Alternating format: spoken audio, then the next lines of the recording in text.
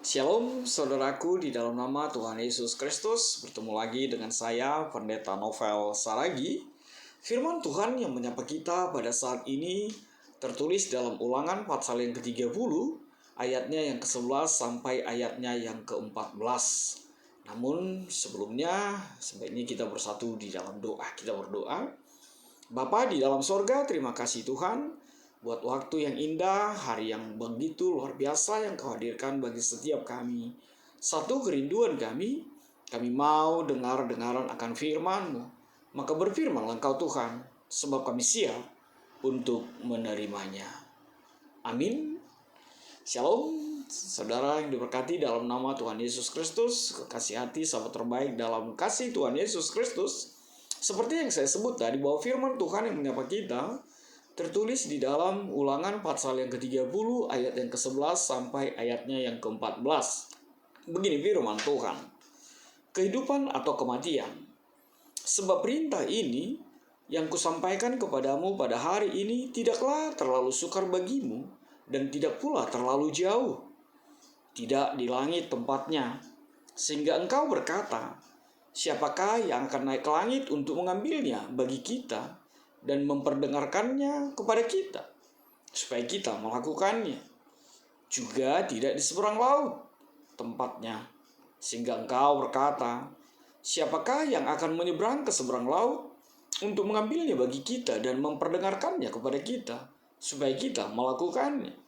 Tetapi firman ini sangat dekat kepadamu, yakni di dalam mulutmu dan di dalam hatimu, untuk dilakukan. Demikian firman Tuhan. Saudara yang berkati dalam nama Tuhan Yesus Kristus, kasih hati sahabat terbaik dalam kasih Tuhan Yesus Kristus, firman Tuhan ini begitu dekat sekali dengan kehidupan kita. Bukankah ini menggambarkan bagaimana suasana yang kita alami saat ini? Di genggaman tangan, di handphone kita begitu gampang sekali untuk searching, untuk mencari firman Tuhan, untuk membuat Alkitab dalam versi bahasa apapun. Dan lebih lagi, sekarang banyak sekali pengkhotbah, YouTuber yang berseliweran dengan menurut saya begitu luar biasa diberkati Tuhan, dan membuat setiap jemaat bebas untuk memilih bagaimana dia diberkati dengan kebenaran firman Tuhan itu. Yang mau saya katakan adalah begitu dekat sekali kebenaran firman Tuhan itu dalam kehidupan kita. Begitu dekat sekali dan seakan-akan tidak terpisahkan dalam kehidupan kita. Tapi bisa jadi menjadi sebuah pertanyaan, bukankah sering terjadi dalam hidup kita orang yang terdekat dengan kita, misalnya kalau kita menyampaikan undangan, bukankah orang yang dekat tetangga kita justru sering terlupakan? Bukankah itu sering menjadi bagian dari kehidupan kita? Nah, melalui firman Tuhan ini saudaraku, Tuhan melalui Musa ingin mengingatkan kita, kalau di dalam dunia kehidupan kita ini, kita bahkan sering lupa sesuatu yang terdekat dengan kita, atau bahkan kita sering melupakannya. Harusnya untuk firman Tuhan tidak seperti itu. Sebab lihatlah apa yang dikatakan, yang menjadi khotbah, yang menjadi pidato dari seorang Musa ketika mereka ingin mencapai tanah perjanjian itu. Ini adalah bagian pidato Musa. Sehingga Musa penting sekali untuk mengatakan bahwa firman Tuhan itu sangat dekat kepadamu, yakni di dalam mulutmu dan di dalam hatimu untuk dilakukan. Nah, saudaraku, di sini kita berada atau diajak untuk melihat amanat perpisahan Musa ini, bagaimana dia mengulas kembali dan mencoba memperbaharui perjanjian Allah dengan Israel. Dia mau mengingatkan kembali bagaimana karya Tuhan yang terjadi dan begitu nyata di dalam kehidupan mereka. Sebab sebagian besar dari angkatan yang mendengarkan pidato Musa ini tidak lagi mengingat Paskah yang pertama. Bagaimana mereka diseberangkan Tuhan melalui Laut Merah. Atau bagaimana pemberian hukum Taurat itu di Gunung Sinai. Dan Musa perlu mengisahkan kembali situasi ini, sehingga semangat mengenai perjanjian, semangat mengenai hadirnya hukum Taurat, dan kesetiaan kepada Allah menjadi sebuah kekuatan yang menyertai dan sebuah bagian ketaatan di tengah-tengah kehidupan mereka ketika itu. Dan sekali lagi Musa begitu tegasnya mengatakan bagaimana firman Tuhan itu hadir di tengah-tengah kehidupan kita dekat sekali. Bahkan dikatakan ada di dalam mulut dan di dalam hatimu. Saudara yang diberkati dalam nama Tuhan Yesus Kristus, kita melihat bahwa ini adalah sebuah proklaim, ini adalah sebuah statement dari seorang Musa, bahwa Musa ingin mengatakan, hai bangsa Israel, jangan pernah berdalih lagi. Berdalih dengan mengatakan perintah Allah itu terlalu tinggi. Perintah Allah itu terlalu jauh untuk diraih. Perintah Allah itu begitu asing, tidak kami kenal. Tidak ada alasan lain seperti itu.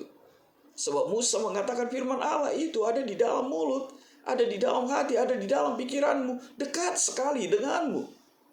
Sebab memang benar, firman Allah itu dekat sekali kepada bangsa Israel. Namun, disinilah kita melihat bahwa sebenarnya melalui Musa, yang mau ditegaskan adalah sesuatu yang penting, sikap hati yang mau taat kepada Allah. Seperti yang digambarkan oleh ayat 11 sampai ayat ke-14 ini. Sekali lagi, Allah memperhadapkan Israel dengan pilihan. Allah hadir dengan kekuatannya untuk lebih lagi menyapa bangsa Israel untuk tetap setia di dalam kebenaran firman Tuhan. Selain itu, kita bisa melihat ada dua hal yang membuat ketaatan itu mungkin untuk dilakukan. Apa itu? Yang pertama, karena perintah yang tertulis di dalam hukum Taurat itu bukanlah sesuatu yang teramat sukar, bukanlah sesuatu yang susah untuk dilakukan. Namun bukan berarti bahwa hukum Taurat itu tidak dapat dilakukan sama sekali. Apa yang mau dinyatakan oleh Musa? Musa hendak mengatakan bahwa ketaatan dalam melakukan perintah Tuhan bukan semata-mata berkaitan dengan persoalan apakah bangsa itu mampu melakukan perintah itu, tapi yang terpenting adalah apakah mereka mau, apakah mereka punya niat untuk melakukan firman Tuhan itu dalam kehidupan mereka. Jadi penekanannya bukan pada kapasitas, namun lebih kepada loyalitas mereka, yaitu komitmen. Mereka mau taat kepada Tuhan atau tidak mau melakukan ketaatan itu dengan melakukan firman Tuhan dalam kehidupan mereka. Yang kedua yang mau ditegaskan adalah ketaatan itu dimungkinkan karena perintah itu sendiri bukanlah sesuatu yang terlalu jauh, bukan di langit, bukan di seberang lautan. Lihatlah frasa yang mengatakan tidak di langit tempatnya. Berarti perintah itu adalah sesuatu yang dapat diakses, bisa dijangkau, bisa diraih oleh setiap mereka. Perintah Tuhan itu bukanlah sesuatu yang tersembunyi di langit, bukanlah sesuatu misteri. Firman Tuhan itu disampaikan kepada mereka. Bahkan kita tahu, firman Tuhan itu, hukum Taurat itu, di Gunung Sinai Allah sendiri yang turun tangan menjumpai mereka dan menyatakan isi hati Allah kepada mereka. Dan ketika kita sampai kepada frasa tidak di seberang laut tempatnya, itu menunjukkan bahwa perintah Tuhan itu bukanlah sesuatu yang tidak realistis, atau bukanlah sesuatu yang tidak dapat untuk diraih atau untuk dilakukan dalam kehidupan kita ini. Dia bukan di seberang lautan, dia dekat dengan kita, dia bagian dari kehidupan kita. Dia sesuatu yang bisa kita lakukan dalam kehidupan kita. Maka perlu dipertegas kembali bahwa perintah Tuhan itu tidak jauh dari mereka. Perintah Tuhan itu ada di tengah-tengah mereka, dekat dengan mereka, di dalam mulut dan di dalam hati mereka. Lihatlah apa yang dikatakan di dalam Ulangan 6 ayat 6 sampai 7 itu. Yang mengatakan, apa yang kuperintahkan kepadamu hari ini haruslah engkau perhatikan.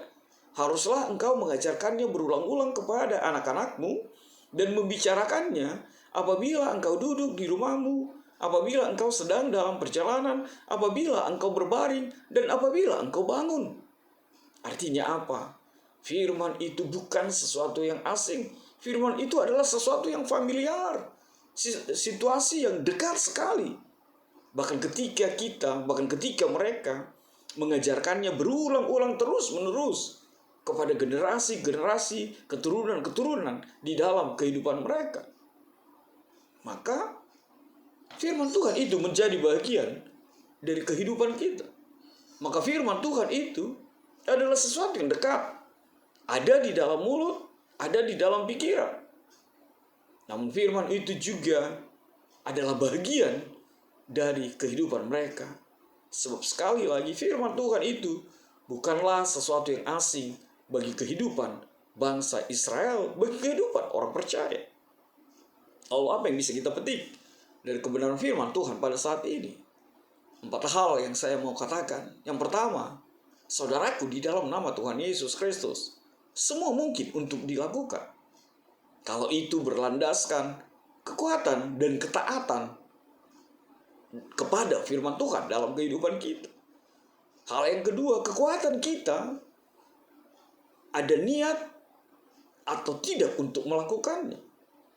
Kalau kita punya niat, pasti kita bisa. Tapi kalau kita sudah mundur, kalau sudah menyerah, sebelum melakukan, sebelum berperang, maka dipastikan kita tidak akan mampu melakukannya. Yang ketiga, firman Tuhan ini ingin mengatakan, jadilah pelaku firman dan bukan pendengar saja. Bukankah Yakobus 1 ayat 22 mengatakan? Lalu yang lebih lagi, Tuhan mau katakan apa yang tertulis di dalam 2 Korintus 3 ayat 2 sampai ayat yang ketiga itu, bahwa kita adalah surat Kristus. Sesuai dengan tema kita, memberitakan dan melakukan firman Tuhan. Biarlah kita menjadi surat Kristus. Biarlah dengan hadirmu, dengan keberadaan kita, orang bisa membaca, orang bisa melihat siapa Tuhanmu di dalam kehidupanmu. Sebab itulah fungsi kita, hadir kita di tengah-tengah kehidupan ini. Lalu apa yang keempat? Wartakanlah kebenaran firman Tuhan itu. Seperti apa yang diamanatkan oleh amanat agung Tuhan Yesus sebelum dia terangkat ke sorga. Pergilah, beritakanlah, dan jadikanlah semua makhluk menjadi umatku, menjadi bangsaku, menjadi milikku. Maka kekuatan tema kita saat ini memberitakan dan mengerjakan firman Tuhan akan menguasai kehidupan setiap orang di dalam hari-hari hidupnya. Amin. Tuhan memberkati. Kita bersatu dalam doa. Bapa di dalam sorga, terima kasih Tuhan buat kebenaran firman-Mu. Biarlah firman-Mu menguasai kehidupan kami dan kami menjadi pelaku-pelaku firman-Mu. Terima kasih Tuhan, enyahkanlah virus-virus ini. Amin.